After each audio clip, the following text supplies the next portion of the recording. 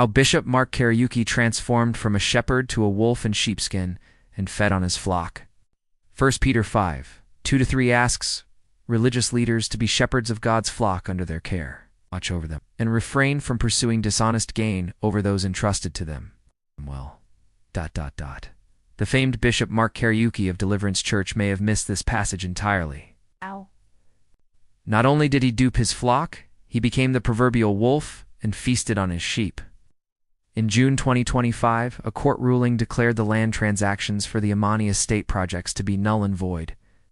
The projects had been started in 2014 by Bishop Mark Kariuki and John Masindi under Ukombozi Holdings. The Imani estate is a 500-acre land project in Ruiru and was introduced at Deliverance Church Kasarani as a God-given opportunity to own land. For a renowned and respected bishop such as Mark Kariuki, gave credibility to the project, and this meant that thousands would be interested in the project.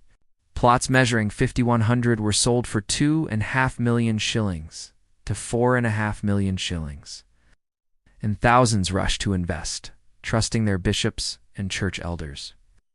In Kenya, the church is considered a significant symbol of trust and credibility, as evident in the fact that the country's president, William Ruto, rode on its coattails to become the 5th president for the 10 billion Ruiru land project. Bishop Mark Kariuki had become a front for corruption and forgery, one orchestrated by the Goldenberg mastermind, Kamlesh Pattni. As forensic evidence would later reveal, the land was originally owned by James Kanyoto, Kenya's master spy chief, under Kanguta Coffee Estates. After Kanyoto's death, the estate was part of his contested properties, and the High Court granted restraining orders prohibiting any land transactions. Even with the land restrictions, the land was allegedly bought by Trendsetters Investments, a company linked to Kamlesh Pattni.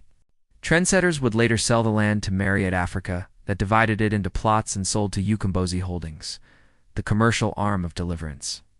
The evidence presented in court showed that the documents used in legitimizing the transactions were forgeries. It is through this evidence that the court ruled the land transactions as null and void. Kanyoto's son also claimed that the church was selling the land on behalf of Kamlesh Pattni. Some of the victims had invested over 50 million shillings in the project, only to learn of the active court cases on the property.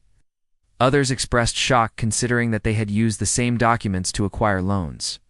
The church has remained silent on the matter despite the fact that it had been vocal in popularizing the project as a divine opportunity to own land.